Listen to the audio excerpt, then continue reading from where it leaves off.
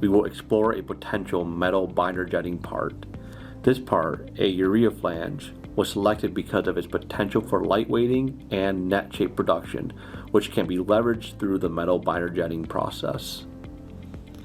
This is an example of a urea flange designed by a customer.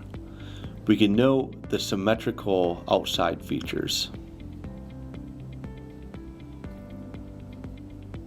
On the top of the part, we can see a counterbore and 3 flanges.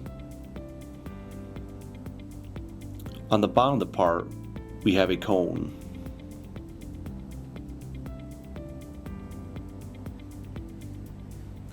The left part, we can see the part DSB designed for metal binder jetting. The outside of the part contains the same symmetrical features, but with considerable lightweighting. The top of the part has the same counterbore and 3 flanges, but with lightweighted features. The bottom of the part contains the same cone feature.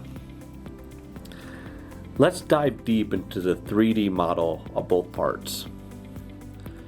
As mentioned before, both parts contain the same key features: 3 mounting flanges, a counterbore on the top of the part, and a cone on the bottom of the part.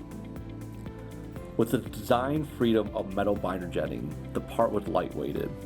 As a result, the part had a constant wall thickness throughout, and all unnecessary material was removed from the center of the 3 flanges. In addition, the key features can be printed in net shape.